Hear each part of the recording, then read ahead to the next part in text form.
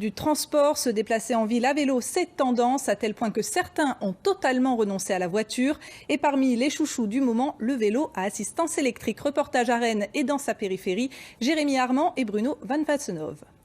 On se prépare à partir, il pleut pas, il fait beau, dans la joie et la bonne humeur, avec concert de klaxon.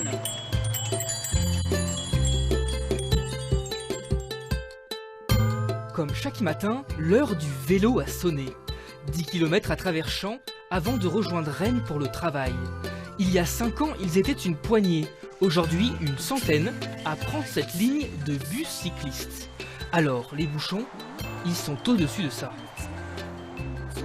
Eux partagent un moment de convivialité. On s'arrête après le coup.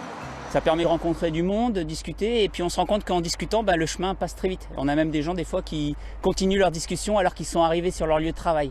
Donc le vélo, c'est pas du tout un frein ou c'est long. Non, au contraire, c'est un mode de transport agréable. On prend le temps, on regarde le paysage.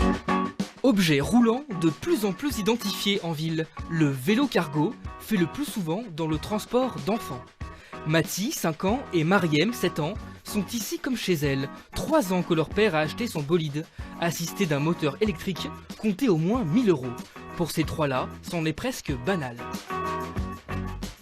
C'est normal, quoi. T'es habitué? Et ils sont jaloux, tes copains? Non.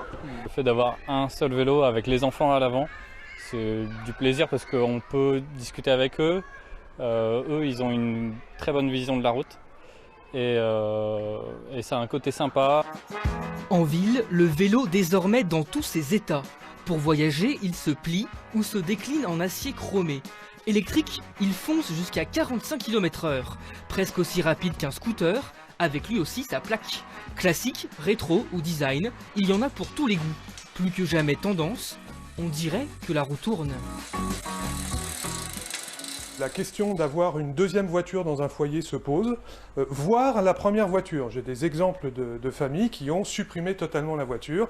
Ils vont prendre, on a maintenant du covoiturage pour des longues distances, on a d'autres moyens d'utiliser, de faire ces déplacements. Et au quotidien, ça va être le vélo cargo, pour effectuer tous ces déplacements personnels.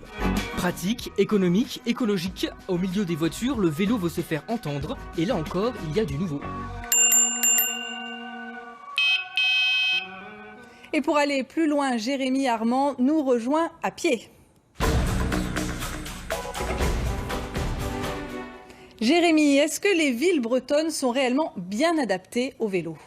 Eh bien, depuis quelques années, vous l'avez sans doute constaté, les villes bretonnes se transforment pour répondre à l'envolée du nombre de déplacements en vélo.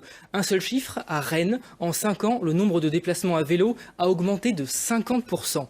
Alors, la meilleure manière d'aménager au mieux la ville pour les vélos, ce sont évidemment les voies cyclables. On a choisi de comparer 2 bassins de population similaires, la métropole de Brest et ses 8 communes, et la ville de Rennes. Dans les 2 cas, 212 000 habitants.